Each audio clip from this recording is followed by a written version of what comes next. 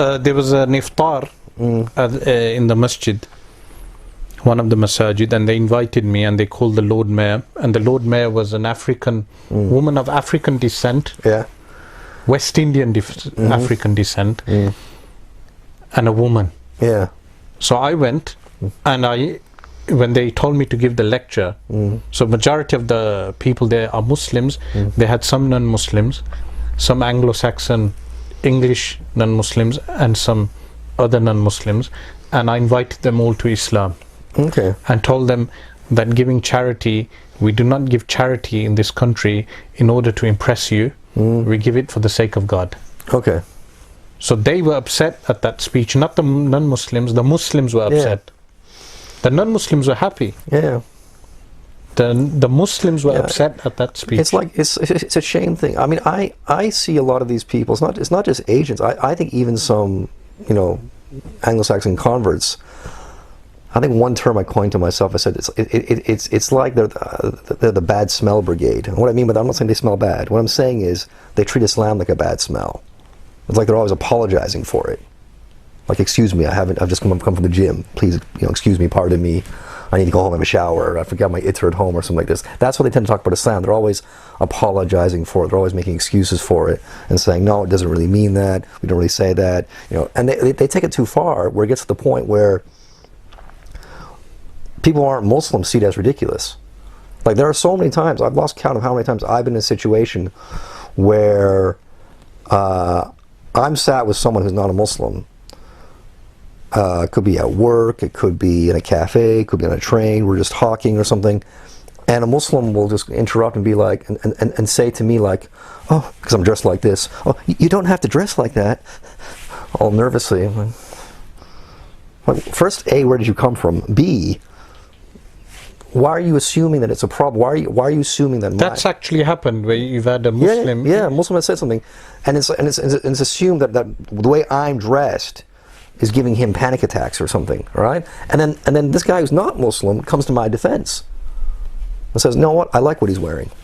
But here, you know, with this dress code, relating that to minority fiqh, some people have made an issue of both of us are wearing thobe.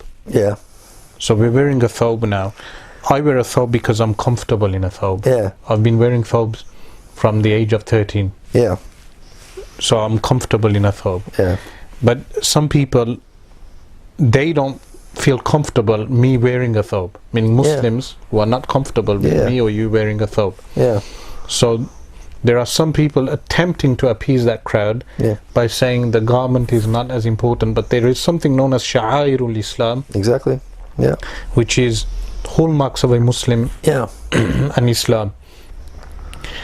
That mindset, does it relate to what we term as minority fiqh, or people who are adopting minority fiqh, meaning in order to feel comfortable amongst non-Muslims? Because what happened when I was returning back from the West Indies, I met a person who was from a pseudo-Salafi background, who said to me, how do you travel? Do you not get into trouble wearing these kind of clothes while doing international flights?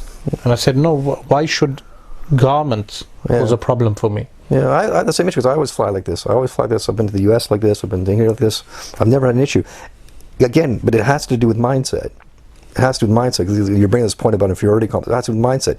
Like, if you go around like in an airport and you have that look on your face where you're like, right, and you automatically draw suspicion to yourself. It's like a self-fulfilling prophecy. Like, you go into an airport and you're standing in line and you're, oh, people are looking at me, right? The police will come up to you, or security will come up to you and question you, and then you can scream Islamophobia and all that stuff. But no, you brought that on yourself. If you act totally normally, and you act like the way I'm dressed is totally normal, there's nothing weird about it, people will not say anything. But if you treat it as if it is something weird. But in a culture, in a Western culture, where you have people dressing all kinds of ways. You have people dressing in so many different ways. Why or barely dressed at all. So some of them look like they're ready to go into the shower. Meaning on the road. So why would our what people term as Islamic garb or Eastern or exotic clothing, why would our clothing be a problem for people. Why is it a problem for Muslims? It's an inferiority complex. Because again, the whole time that I've wear a thobe, the only issue I get is from Muslims. I've never ever had a problem with a disbeliever. Never. But do you think that's because you're white? No, because I get backed up from stories, people like you, people like other teachers I know, they say the same thing. They've never had a problem from someone who's like not a Muslim. I've never had a problem with it's always been Muslims. Non-Muslim. It's always, the grief has always come from Muslims. So does that fall into also political political Muslims, not political Islam, in the West, who may adopt minority fiqh because it suits their political agenda? Because I've had or heard of people listening to our televangelist muftis or people giving these minority fiqh type of rulings and relating to those people because it suits what they want to promote in their political agenda. So you have people in the Labour Party, Liberal Democrats, and even the Conservatives, because the Conservatives in this country are no longer conservative. Yeah, they're very leftist now. Meaning they were the ones who introduced homosexual marriages into legislation. Yeah. So you have Muslims in these political parties that will further LGBT activism in those political parties or elsewhere, but they will claim to be Muslim, and they will adopt minority fiqh. And so those scholars who are promoting minority fiqh are kind of appealing to that type of crowd. So there's political motives, but also an inferiority complex, which is it's a mindset. Because again, if people are coming here, if people are coming to these countries, not thinking about how can I establish myself here as a Muslim, how can I preach Islam here, right? Which is one of the things that Imam Muhammad Zuhaili mentioned in his fatwa about. Someone asked him a question about migrating to the West and taking up citizenship, and he said, if you're going to go out there, it should be short term. If you're just going out there to study or to seek medical treatment or whatever it is,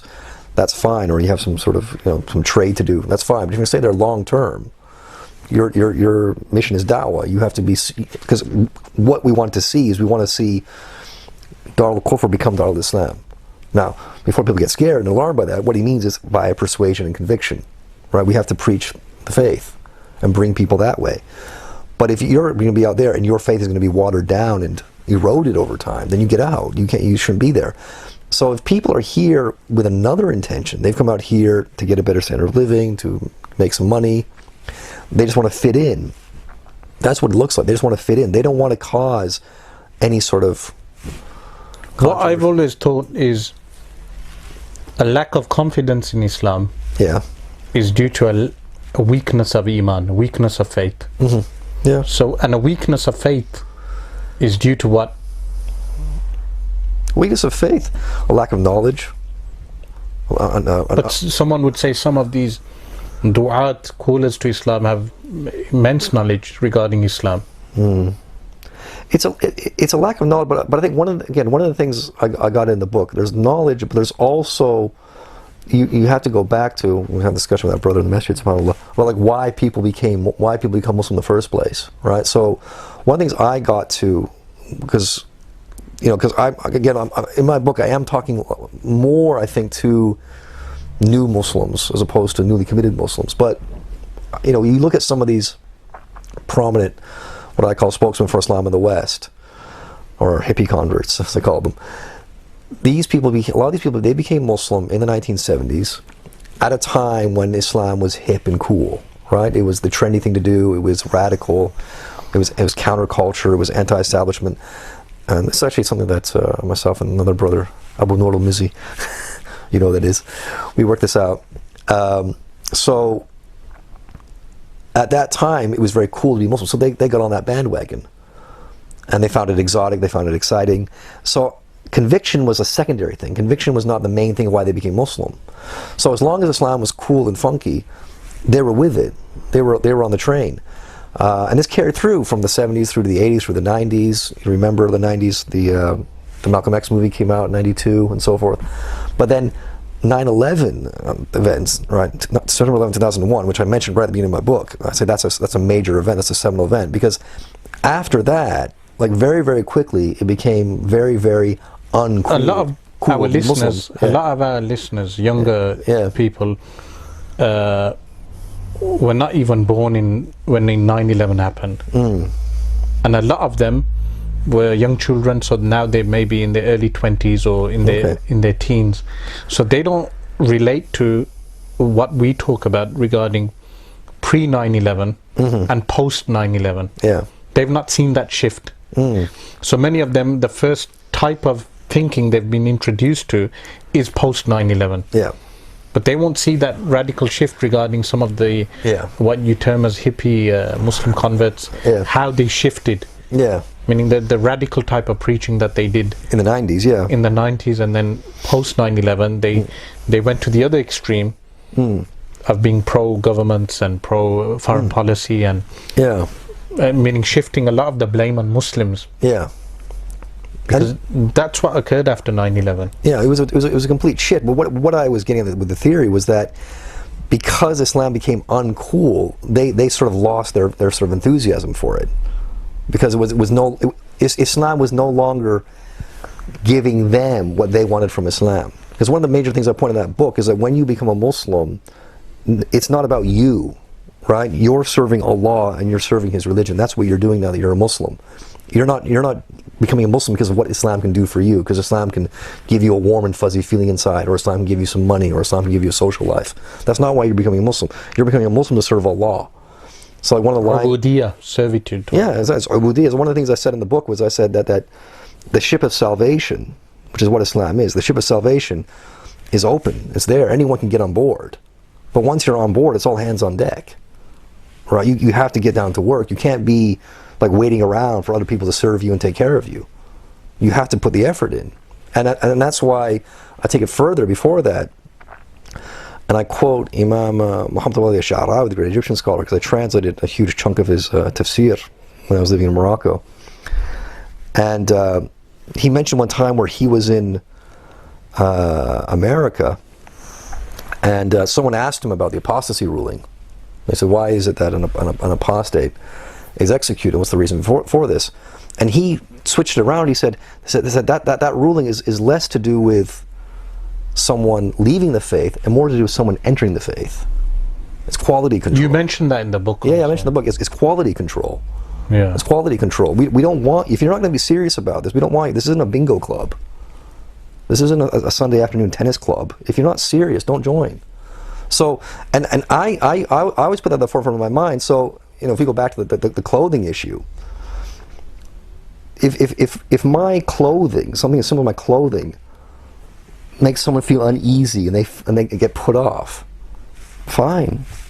I don't want to attract every single person to Islam, because I know that the majority of humanity will reject it. I don't want to attract everyone. I want the high quality people, the low maintenance people. Because again, in the book I take it back further, because there's the verse in the Quran, Surah Al-Araf, Ayah 172, where Allah gathers all the souls of humanity, and this is before they come into the world, and says, Alastu bi Rabbikum, and they call BAYYAH shahidna, am I not your Lord? And they all testify. Imam Abdurrahman al-Jawzi, rahimahullah, in his tafsir, ZAID al-Masir, he points it out, he says that when this statement was made, some people meant it, and some people didn't mean it. Everyone said Bala, but not everyone was saying the truth. And whatever you said on that day, that's your fate. That's what's going to happen. Some of them were delayed as well in saying Bala. Yes. Here, my theological warring with some of these people over the past few years, what I observed is that they don't have a depth when it comes to kalam. So you may have a theological dispute. So I will say to an individual that to state that the Lahori Qadianis are believers, and because they believe Mirza Ghulam Ahmad Qadiani was the Mahdi and not a prophet, meaning one of these guys, while teaching Aqidah to Ahli Sunnah wal Jama'ah, so he's teaching Al-Imam Abu Ja'far al-Tahawi's text, And when it comes to the point of Khatamun Nabiyyin, Yeah.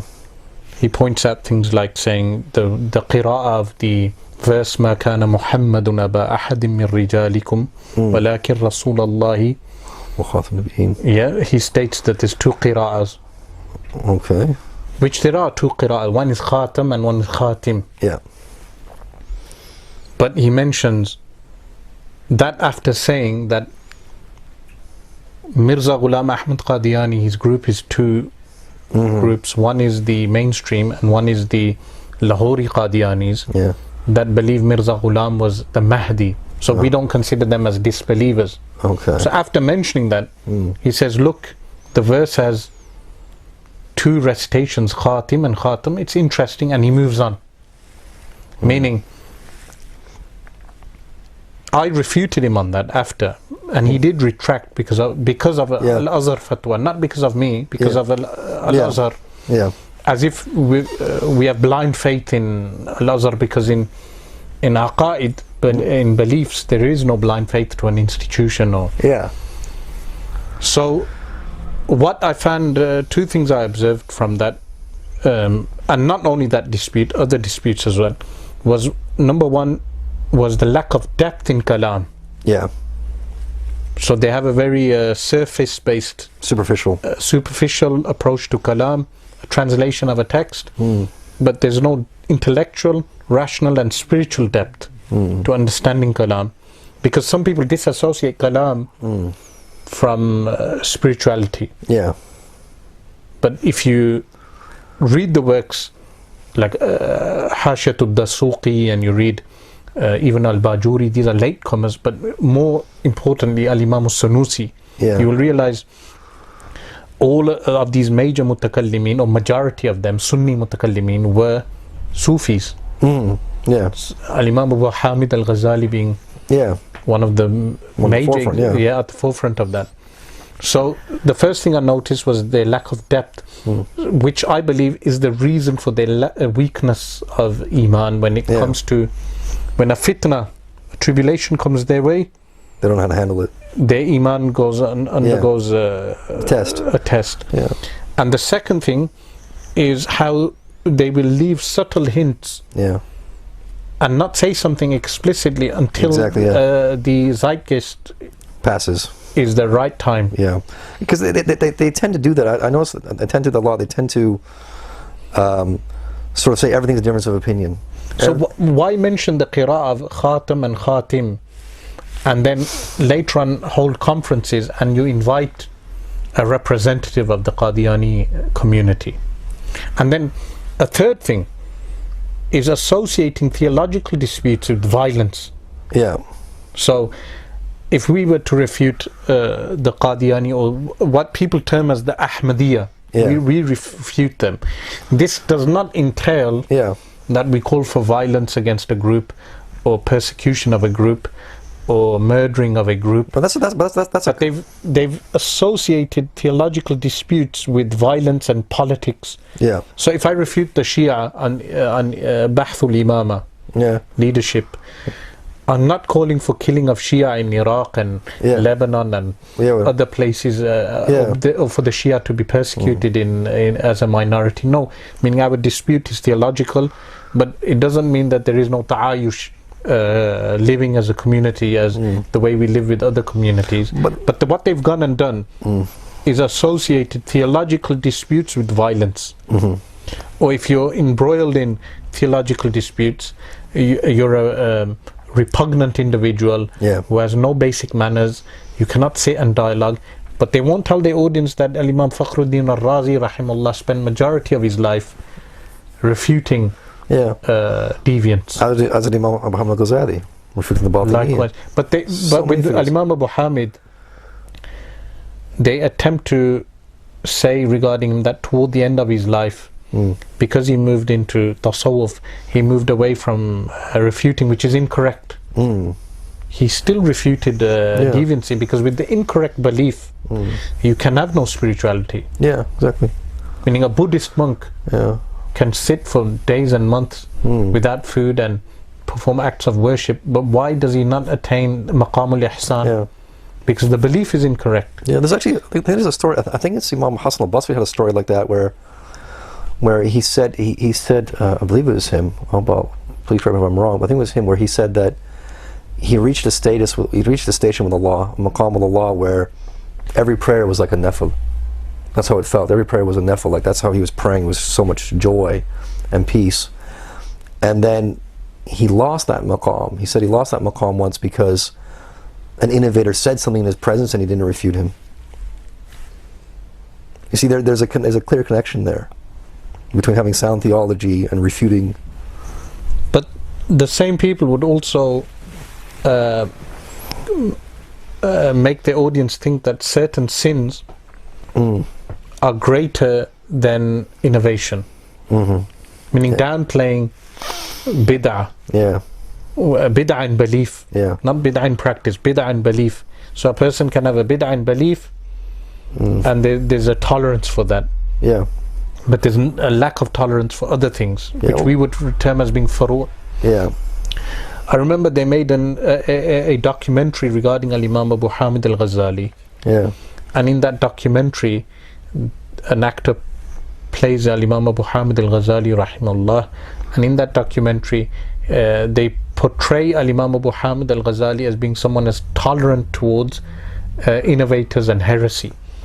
But being intolerant towards heresy or innovators doesn't mean we're intolerant towards them in terms of living. Exactly. No, it just means the belief is refuted logically. You have to distinguish between the belief and the person. That's the thing they don't understand, because I've seen this as well, especially on like the leftist side of like in the American media. They do this a lot. They'll say that, you know, if you believe, they'll go after like Christians, for example. They say like, if you belong to a Christian sect and you believe that other people are damned and they're not going to be saved, you're just a terrible person. That means you want them to die. That means you want them to have their limbs chopped off or something like that.